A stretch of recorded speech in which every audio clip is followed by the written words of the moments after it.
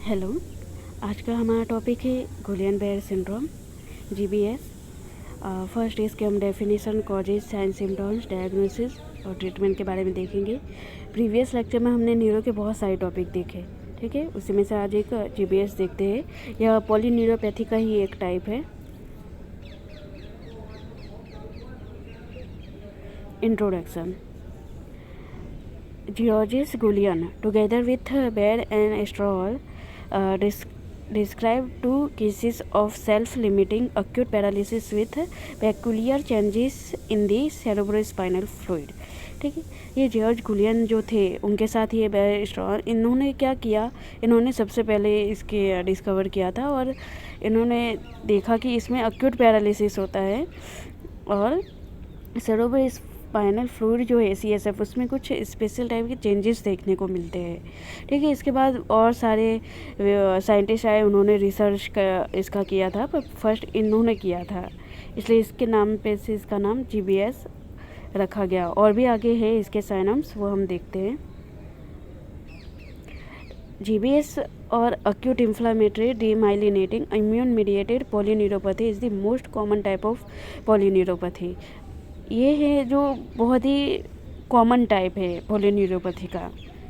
ठीक है, इसका साइनम्स देखते हैं कि इसे गुलियन-बेयर स्ट्रॉल सिंड्रोम भी कहते हैं, लैंड्रिस पैरालिसिस, पोस्ट इन्फेक्शियस पॉलीन्यूराइटिस भी कहते हैं, अक्यूट इन्फ्लामेटरी डीमाइलिनेटिंग भी कहते हैं, और पॉलीन्यूरोपैथी।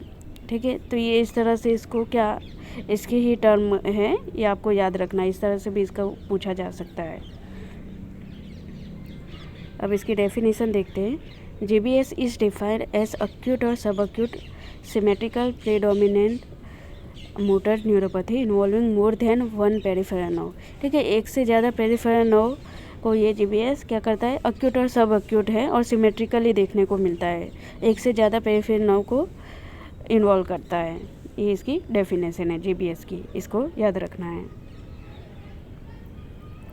प्रीडिस्पोजिंग फैक्टर देखते हैं। प्रीडिस्पोजिंग फैक्टर मतलब किसको ये रिस्क क्रिएट करता है। ठीक है, किसको रिस्क है ये GBS होने का। देखो, एज फर्स्ट है, एज जिसके common between 15 to 25 year of age. ठीक है, ये चिल्ड्रन और एडोलेसेंट दोनों में देखने को मिलता है। सेक्स ज़्यादातर फीमेल में होता है, कॉमन इन फीमेल। इन्फेक्शन, किसी को इन्फेक्शन हो गया तो उसको चांसेस है GBS होने के। Viral in the form of Epstein Barr virus, bacteria in the form of mycoplasma pneumonia. तो ये क्या है, ये सब जो वायरस और बैक्टीरिया है, ये मतलब जिसको अफेक्ट मतलब शरीर में जो इन्वॉल्व होते हैं, अफेक्ट करते हैं, तो उसमें क्या होता है, चांसेस होते हैं, अगर ये वायरल इन्फेक्शन हुआ है तो आपको GBS होने के भी चांसेस होते हैं। ठीक है, ये इसका कॉजेस हो गया एक, वायरल इन्फेक्शन भी। दूसरा क्या है, वैक्सीनेशन। सपोज़ कोई वैक्सीनेशन दिया है, जैसे कि रेबीज, टाइफॉइड, टिटेनस और इन्फ्लुएंजा वैक्सीनेशन में precipitate the attack of GBS। ठीक है, किसी ने ये रेबीज ये सब जो लिया है वैक्सीन, ठीक है, तो उनको क्या है, चांसेस होते हैं कि GBS उनको भी अफेक्ट करे, उनको भी हो सकता है GBS। फिर सर्जरी में देखो, after 4 to 5 weeks of major surgery patient में show sign of GBS। 4-5 week के बाद, मतलब सर्जरी के 4-5 वीक के बाद भी ये GBS के साइन देखा जा सकता है, कोई मेजर सर्जरी हुई है तो। फिर ब्लड ट्रांसफ्यूजन ड्रग, कोई ब्लड ट्रांसफ्यूजन ड्रग है, जैसे कि prolong use of anti depression drug कोई यूज़ कर रहा है, जैसे कि लाइक जिमेलिडिन और gold therapy which are neurotoxin are found to cause GBS। ठीक है, ये जिमेलिडिन और गोल्ड थेरापी ये क्या है, न्यूरोटॉक्सिन है GBS के लिए, तो ये भी एक फैक्टर हो गया। सॉरी।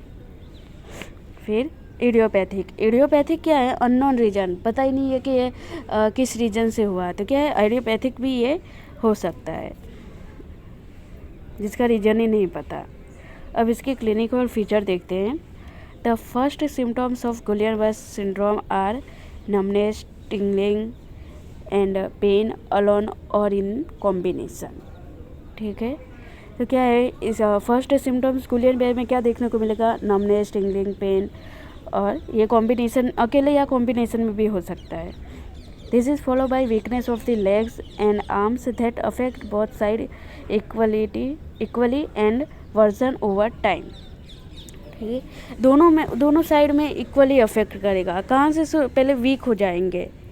ओके, जीबीएस हुआ तो क्या होगा, टिंगलिंग ये सब सेंसेशन मतलब टिंगलिंग, नमनेस, पेन ये सब देखने को मिलेगा। उसके साथ वीक होने लगेंगे लेग के और आर्म्स के मसल सारे।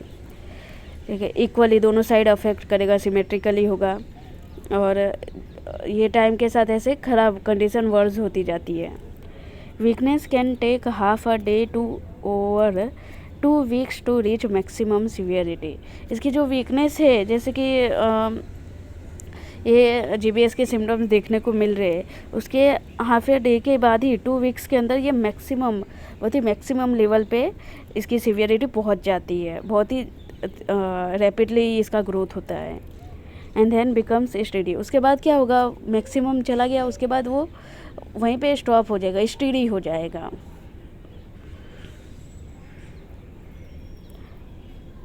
इसमें क्या और देखने को मिलेगा इसके क्लिनिकल फीचर, अनस्टेडी वॉक और not being able to walk और क्लाइंब स्टेयर्स। मसल बहुत आपके वीक हो चुके हैं तो क्या होगा, पेशेंट वो वॉक ही नहीं कर पाएगा।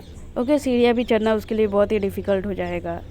Trouble with facial movement including speaking, chewing, swallowing.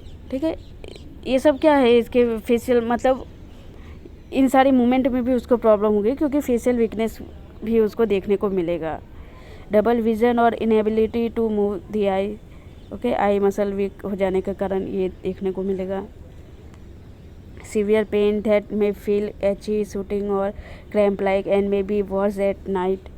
ठीक है, तो पेन जो होगा क्रैम्प लाइक और ज़्यादातर रात को ये मतलब सीवियर देखने को मिलेगा। रात को बहुत कंडीशन ख़राब हो जाती है, एची और साफ शूटिंग होगा। ट्रबल विथ ब्लैडर कंट्रोल और बॉयल फंक्शन। ठीक है, इनकंटिनेंस देखने को मिलेगा पेशेंट में। रैपिड हार्ट, इसके कॉम्प्लिकेशन में क्या है, रैपिड हार्ट रेट जो है वो इंक्रीज़ हो जाएगा। लो और हाई ब्लड प्रेशर है वो लो भी हो सकता है, हाई भी हो सकता है। ब्रीदिंग में भी प्रॉब्लम होगी क्योंकि वो मसल भी वीक होंगे। तो ये क्या है, ये सब गुइलेन-बेरे सिंड्रोम के जीबीएस के क्लिनिकल फीचर थे। और मैं आपको बता दूं कि जीबीएस में क्या है कि ये पहले ये स्टार्ट होगा डिजीज़ तो कैसे होगा, मतलब आपके डिस्टल लिम्ब से स्टार्ट होगा। ठीक है, फर्स्ट डिस्टली, जैसे कि लोअर लिम्ब से डिस्टल जैसे कि फुट है वहाँ से शुरू हुआ तो फिर वो धीरे धीरे ऊपर की ओर आएगा। नी में हुआ, थाई में हुआ, फिर ट्रंक में हुआ इन्वॉल्व। इस तरह डिस्टल टू प्रॉक्सिमल इसका पाथवे रहेगा।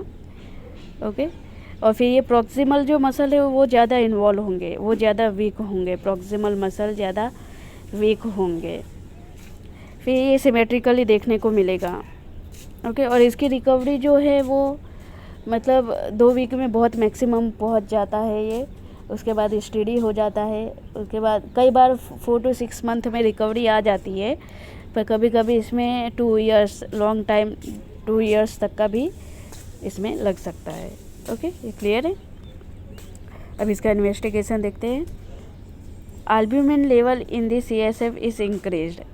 जब CSF का एग्जामिनेशन करेंगे लंबार पंक्चर में करके L4 L5 जो वर्टिब्रा है वहाँ से इंजेक्ट करके उसमें से जो CSF फ्लूइड निकालते हैं, ठीक है, उसका एग्जामिनेशन करेंगे तो उसमें एल्ब्यूमिन लेवल क्या होगा, वो हाई आएगा। फिर NCV, nerve conduction velocity test किया जाता है कि नर्व में कैसा मतलब कंडक्शन है, वो देखने के लिए नर्व कंडक्शन वेलोसिटी टेस्ट करते हैं। सेंसेशन मतलब नर्व कितना फंक्शन कर रहा है उसके लिए स्टडी की जाती है। फिर मेडिकल ट्रीटमेंट देखते हैं। इसमें है plasmapheresis, steroid therapy, injection of IgG, ये एंटीबॉडी का इंजेक्शन दिया जाता है। ठीक है, ये मेडिकल ट्रीटमेंट है। अब फिज़िकल ट्रीटमेंट देखते हैं। इसमें क्या होगा, जो पेशेंट है उसमें LMN टाइप की, लोअर मोटर न्यूरॉन टाइप के वो वीकनेस देखने को मिलेगी। तो तो इसमें पेशेंट का मतलब जो सिम्टम्स है उसी को हमें ट्रीट करना है। तो इसमें क्या strengthening endurance and gait training with graduate, ठीक है। तो स्ट्रेंथ एंड्योरेंस के लिए हम वो स्ट्रेंथनिंग ये सब एक्सरसाइज करवाएंगे, गेट ट्रेनिंग देंगे, क्योंकि पेशेंट चल भी प्रॉपर वॉक नहीं कर पाएगा, उसके बहुत मसल वीक हो जाते हैं। तो इसमें क्या सपोर्टिव मतलब ऑर्थोसिस आप यूज़ कर सकते हो। प्रॉपर उसका नी जो है वो प्रॉपर खड़ा भी नहीं हो पाता, क्योंकि उसके नी जो है वो बेंड हो जाते हैं, बहुत मसल वीक होते हैं, एलिमेंट टाइप का वीकनेस देखने को मिलता है। तो इसमें क्या ऑर्थोसिस दोगे तो उससे प्रॉपर पेशेंट को सपोर्ट मिलेगा और उस तरह उसकी एक्सरसाइज स्टार्ट कर सकते हो। इंक्रीज इन मोबिलिटी इंक्रीज़ करनी है। Maintenance of posture and alignment as well as joint function, ठीक है। पोस्चर है वो प्रॉपर उसका मेंटेन करना है। एलिमेंट टाइप है तो वो बहुत ही उसके मसल में टोन ही नहीं रहेगा। पेशेंट ऐसे गिर जाता है, इसमें फॉल होने के चांसेस ज़्यादा होते हैं, तो उसको एक प्रॉपर पोस्चर दिया जाता है। रेस्पिरेटरी केयर, इसमें मसल वीक है तो रेस्पिरेटरी केयर भी आपको देना पड़ेगा प्रॉपर। हाँ, हो गया है उसके ब्रीदिंग में प्रॉब्लम होगी तो वेंटिलेटरी सपोर्ट भी दिया जाता है, ओके। और उसके मसल के स्ट्रेंथनिंग भी, रेस्पिरेटरी मसल की स्ट्रेंथनिंग भी करवानी पड़ती है। प्रिवेंट प्रेशर सोर्स, अब सपोज पेशेंट का पूरा बेड रिडन है, क्योंकि एलिमेंट वीकनेस है तो टोन तो है ही नहीं उसमें, तो उसको क्या प्रेशर ये शोर प्रिवेंट करने के लिए उसको एक तो वाटर वाला बेड, उसको वाटर फिल बेड दिया जाता है, जिससे उसका जो सर्कुलेशन है वो बना रहे, ठीक है। उसका जो बोनी एरिया है वहाँ पे ये शोर ना हो, प्रेशर सोर्स ना हो। उसके बाद उसकी पोजीशन चेंज करना सिखाना पड़ता है, जिससे प्रेशर सोर्स को प्रिवेंट कर सके, ठीक है। तो ये सब प्रेशर सोर्स के लिए प्रिवेंट करने के लिए भी आप उसका मैनेजमेंट लिख सकते हो।